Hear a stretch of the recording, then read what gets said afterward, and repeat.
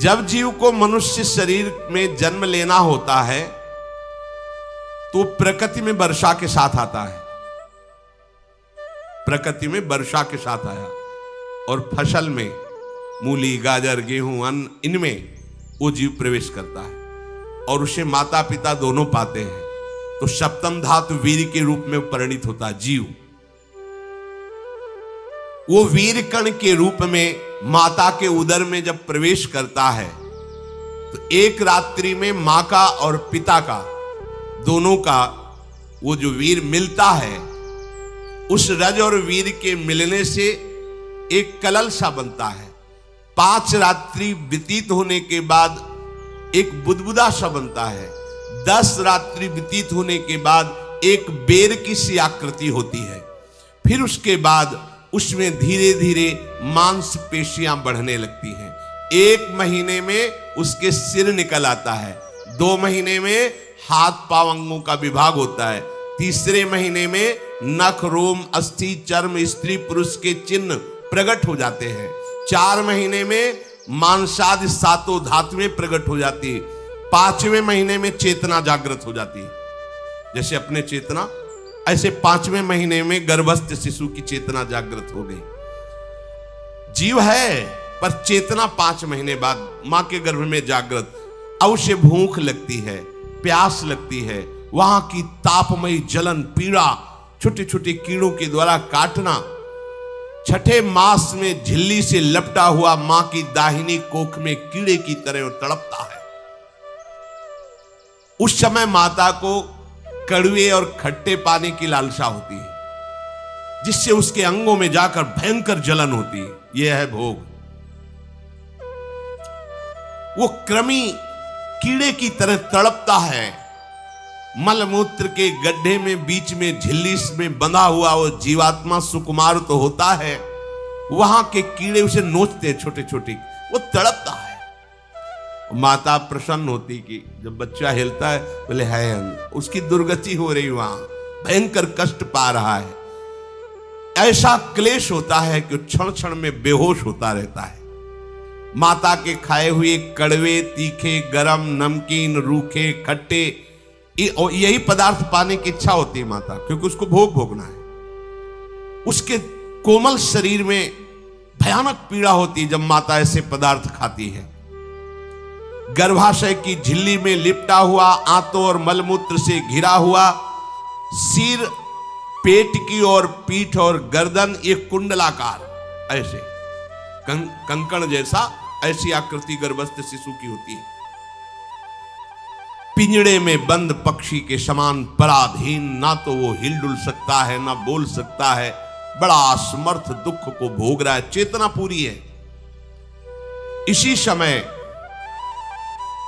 भगवान द्रवित होकर उसे ज्ञान देते हैं, गर्भस्थ शिशु को, सबको। जे उसे ज्ञान होता है तो सैकड़ों जन्म के कुकर्मों से याद आते हैं, सैकड़ों जन्म के। ओहो, ये मेरे कर्म का ही फल, मैंने ऐसे कर्म किए इसलिए दुख भोग रहा हूं। बेचैन हो जाता है, कैसे निपट पाऊंगा, सैकड़ों जन्म के कर्म जमा है। अब महान अशांति उसके हृदय में, उस शरीर में भयंकर पीड़ा। कुंडलाकार शरीर है, हिल भी नहीं सकता है, बस कीड़े काटते, बड़ी तड़पन, बड़ी जलन, भूख प्यास की जलन। अब एक और भयानक जलन हुई, उसे स्मरण हो जाता है कई जन्मों के, सैकड़ों जन्मों के पाप कर्मों का। 7वां महीना आरंभ हुआ कि ज्ञान का उन्मेष हो गया। अब प्रसूति वायु उसे चला रही है, तड़पता है वो। सप्त धातु में स्थूल शरीर से बंधा हुआ वो जीव भयभीत होकर के पुकारता है, अगर कोई भगवान है तो एक बार मुझे यहां से निकाल दे। वो विनय करता है भगवान से, कोई अगर भगवान है जिसने मुझे इस बंधन में डाला है, एक बार निकाल दे, यहां से जाके केवल भजन करूंगा। जीव कहता, जंतुरुवाच तस्योपशन्नमवितुम जगदिच्छयात् नाना तनोर्भुवि चलच्चरणारविंदम सोहम ब्रजामि शरणम रकुतो भयम में येने दृशी गतिरदर्श सतोनुरूपा। हे प्रभु, मैं बड़ा अधम हूं। ये ज्ञान भगवान की तरफ से गर्भस्थ शिशु को होता है। देखो, स्वयं वो इतना कष्ट पा रहा है, फिर जब आप गर्भ हत्या करते हैं तो आपका पाप कितना बड़ा होगा, सोचो। सब माताओं से विनय है, संयम से रहो, सावधान रहो। ये हत्या ऐसी नहीं कि तुम्हारे दान पुण्य से क्षमा हो जाएगी। ये जो भ्रूण हत्या है, गर्भ हत्या है, बहुत बड़ा पाप है। आप लोग अज्ञान के कारण इसको ध्यान नहीं देते, इसे खिलवाड़ समझते हो। कितना ज्ञान है। बेटी ही मां है, बेटी ही बहन है, बेटी ही पत्नी बनती है, बेटी ही किसी के जीवन को धारण करने वाली बनती है। और आपने गर्भ में देख लिया बेटी है, तुम स्वयं मां होकर उसका साथ दे रहे हो, उसका नष्ट करने के लिए। हमारी तो बात ही समझ में नहीं आती, क्या बुद्धि भ्रष्ट हो गई। अगर पुरुष का इतना महत्व है तो बेटियां ना हो तो तुम्हारी कौन सी गति होगी, सोचो जरा। जीना मुश्किल हो जाएगा तुम्हारा। तुम पुरुष किस काम के रह जाओगे। तुम्हारा अर्धांग काट दिया जाए तो तुम कैसे होगे। ये स्त्री स्वरूप अर्धांग है। जिस घर में मां बहन नहीं है, स्त्री स्वरूप नहीं, श्मशान जैसा वो होता है। ध्यान दीजिए, ये बहुत बड़ी गलती है जो अपनी बेटियों की हत्या करते हैं। ये वो पाप है जो अक्षम्य अपराध है। स्त्री हत्या करना शास्त्रों में बहुत बड़ा पाप कहा गया है। फिर वो तो बच्चा है, बिल्कुल नहीं। जिनसे हो गया है, श्रीमद् भागवत का सप्ताह मूल संस्कृत से सुनो और भगवान से प्रायश्चित प्रार्थना करो कि हे नाथ, भूल से गलती हो गई, दूसरा कोई उपाय नहीं। ध्यान से समझ लीजिए, तुम्हारे भ्रूण हत्या गर्भ हत्या के पाप को नष्ट करने में एकमात्र श्रीमद् भागवत समर्थ है, दूसरा कोई नहीं। कोई दान पुण्य तीर्थ स्नान तुम्हें क्षमा नहीं कर पाएगा। यह ऐसा महापाप है। अगर हृदय में जलन करके और मूल संस्कृत के द्वारा पूरी 7 दिन में भागवत श्रवण की जाए नियम से, तो भागवत समर्थ है, इस हत्या के पाप से भी आपको मुक्त कर देगी। जिनके ऐसे हत्या हो गई हो करवा लो, नहीं तो बुद्धि आगे भ्रष्ट करके तुम्हें हरि गुरु से विमुख कर देगा। ये पाप ऐसा नहीं कि तुम्हें 2-4 माला घुमाने से क्षमा हो जाएगा। ये महत अपराध है। सबकी समझ में नहीं आता, समझ जाओ, नहीं तो आप जहां भी हो वहीं से भ्रष्ट कर देगा। ये अपराध नष्ट नहीं होगा, श्रीमद् भागवत की कृपा से नष्ट हो जाएगा। यह हमें बहुत विश्वास है। श्रीमद् भागवत सप्ताहिकी ये है ही महामहिम। प्रेत योनि को प्राप्त धुंधकारी को सीधे भगवत पार्षद स्वरूप देकर परम पद में आरूढ़ कर दिया। केवल 7 दिन की मूल संस्कृत एक भी श्लोक नहीं छूटना चाहिए। अगर सप्ताहिकी का पारायण हो तो इस भ्रूण हत्या गर्भ हत्या से भी निवृत्ति मिल जाए। अब वो जीव भगवान को पुकारता है, मैं बड़ा नीच अधम हूं। आहा, भगवान आपने जो मुझे गति दिखाई है तो मेरे कर्म के अनुसार ही है, आपका इसमें कोई दोष नहीं। हम लोग जब कष्ट भोगते तो भगवान से कहते हैं हमने तुम्हारा क्या बिगाड़ा। भगवान ने नहीं बिगाड़ा, तू खुद देख क्या बिगाड़ लिया अपना। करो पापाचरण। अब देखो, हमने तो जीवन में कोई पाप नहीं किया और कितने गर्भ हत्या की है, कितनी खिलवाड़ समझे हो। ये बिल्कुल भयावह चीज है, आप लोगों को नहीं। हम बार बार इसीलिए कह रहे कि भयावह वस्तु है, तुम्हें बहुत ऊंचाई से घसीट के भ्रष्ट कर देगी। बहुत होश में हो, भूल के कभी ऐसा न करना जहां तक हमारी आवाज पहुंचे, जहां तक सुनाई दे। गर्भ हत्या मत करना, संयम से रहो। इस तरह का व्यवहार मत करो कि तुम्हारा मनुष्य जन्म ही व्यर्थ चला जाए। इसमें तीनों को बराबर दंड मिलेगा। गर्भ हत्या कराने वाला, गर्भ हत्या की प्रेरणा देने वाला और गर्भ हत्या में सहयोग देने वाला, जो औषधि डॉक्टर या जो भी, तीनों को दुर्गति होगी। माता पिता प्रेरक और कर्ता। ऐसा नहीं कि आप डॉक्टर हो तो आपको गर्भ हत्या करने का अधिकार नहीं। आप डॉक्टर हो दूसरे के शरीर को स्वस्थ करके निरोग करने के लिए, हत्या करने के लिए नहीं। कोई भी हमारा संविधान ऐसा आदेश नहीं करता कि आप गर्भ हत्या कर दो, ना भागवतिक और ना भारतीय संविधान। ऐसा संविधान आदेश नहीं करता। अब वो जीव कह रहा है कि प्रभु मेरे योग्य ही है, आपने जो मुझे दंड दिया है। मैंने सुना है कि आपकी शरण में जो आता है आप उसकी रक्षा कर लेते हैं।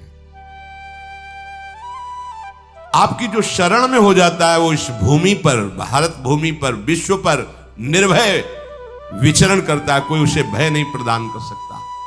प्रभु मैं इस माता के उदर में माया का रहस्य न जानने के कारण ऐसे कर्म किए कि मैं आ गया हूं, बहुत दुख पा रहा हूं। हे निर्विकार अखंड बोध स्वरूप परमात्मा, मैं बार बार नमस्कार करता हूं। प्रभु मेरे ऊपर कृपा कर दो, एक बार इस गर्भ से निकाल दो, मैं यहां से बाहर जाकर आपका निरंतर भजन करूंगा। ये वादा करके आए हम प्रभु से सब। प्रभु ने करुणा करके हमें चांस दिया है मनुष्य शरीर। प्रभु मैं बहुत जन्मों से इस समय स्मृति आ रही देख रहा हूं, कर्मों में भटकता रहा आपसे विमुख होकर के। ये जो मुझे अभी ज्ञान हो रहा है केवल आपकी कृपा से तत्कालिक है, तत्कालिक। एक तत्कालिक वैराग्य होता है, जैसे कथा सुनियो मन में आया कि अब तो भजन ही करना है। ये तत्कालिक है, स्थायी नहीं है। इसे स्थायी बनाओ। प्रभु आप अंतर्यामी हो, आप सब कुछ जान रहे हो।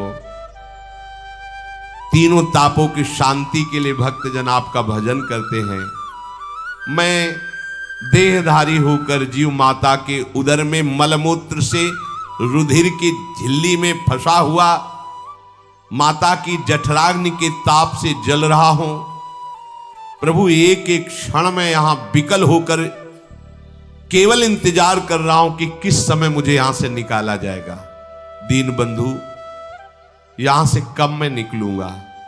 स्वामिन आप बड़े दयालु हो। आप जैसे उदार प्रभु ने मुझ गर्भस्थ शिशु को ये ज्ञान दिया। हे दीन बंधु आप अपनी कृपा से प्रसन्न हो जाइए। प्रभु एक बार निकाल दीजिए, मैं ऐसा भजन करूंगा कि दोबारा संसार के दुख में नहीं आऊंगा। कपिल भगवान कहते हैं, हे माता, वो गर्भस्थ बालक शिशु भगवान से प्रार्थना करता है, भगवान का आदेश होता है, तत्काल प्रसव वायु धक्का मारती है। जे ही प्रसव वायु धक्का मारती तो उसको ऐसा भयंकर कष्ट होता है, जैसा पीछे लिखा है कि जैसे जिंदा किसी की चमड़ी उतारी जाए, ऐसा मां के गर्भ से निकलते समय उसे कष्ट होता है। वो अत्यंत कष्ट से व्याकुल होता है। उसी समय उसका वो ज्ञान नष्ट हो जाता है जो भगवान ने दिया था। उस समय उसकी श्वास की गति रुक जाती, जैसे किसी का गला दबा दिया जाए तो कैसा लगेगा। ऐसे ही पूरी की पूरी भागवती की स्मृति नष्ट हो गई। होश आया तब देखा कि वो बाहर पड़ा हुआ है, माता के उस मलमूत्र में सना हुआ बिष्ठे की कीड़े की तरह। गर्भवास में जो दिव्य ज्ञान प्रकट हुआ था भगवान की कृपा से, वो सब नष्ट हो गया। भूमि परत भा ढाबर पानी, तिम जीवे माया लपटानी। चेतन आई तो रोने लगा। वो ज्ञान कहां गया, वो ज्ञानदाता कहां गया। वो कहता कहां कहां, बोले थाली बजाओ बच्चा हुआ है। और वो तो रो रहा है कि कहां, वो ज्ञान कहां गया जिसके बल से मैं कह रहा था कि बाहर निकाल दो, मैं आपका भजन करूंगा। सब खत्म ज्ञान। जो लोग उसका अभिप्राय नहीं समझते वो उत्सव मनाते हैं। बालक हुआ है, वो रो रहा है, वो कहां गया ज्ञान, कहां कहां कहां। छोटा बालक यही रोक कहता कहां। अभी जो ज्ञान उत्पन्न हुआ था, जो अभी भगवान का बोध हुआ था, वो कहां गया, कहां गया। घर परिवार के लोग उसका पालन पोषण करते रहते हैं, उसमें कोई निषेध करने की शक्ति नहीं हो रही। मच्छर काट रहा है, दुख हो रहा है, हटा नहीं सकता बालक। उस जीव को शिशु अवस्था में जब कपड़ों पे लिपेट कर ऐसे लिटाया जाता है तो इतना कोमल त्वचा होती कि कपड़े भी उसको, जैसे खुजलाहट है, पीड़ा है या जलन है, बिल्कुल कोमल त्वचा होती, कुछ नहीं कर सकता हो, पर रो सकता है। ना खुजलाने की, ना करवट बदलने की, ना उठने की कोई सामर्थ्य नहीं। बड़ा कष्ट पाता है बाल्यावस्था में, क्योंकि त्वचा बड़ी कोमल होती, दास मच्छर आदि जीव उसको काटते हैं। गर्भावस्था का कोई ज्ञान नहीं रहा, सिर्फ रोना ही रोना रह रहा। इस प्रकार उसकी बाल्यावस्था कटी, कौमार अवस्था आई, पौगंड अवस्था, इनमें वो खिलवाड़ में फंस गया।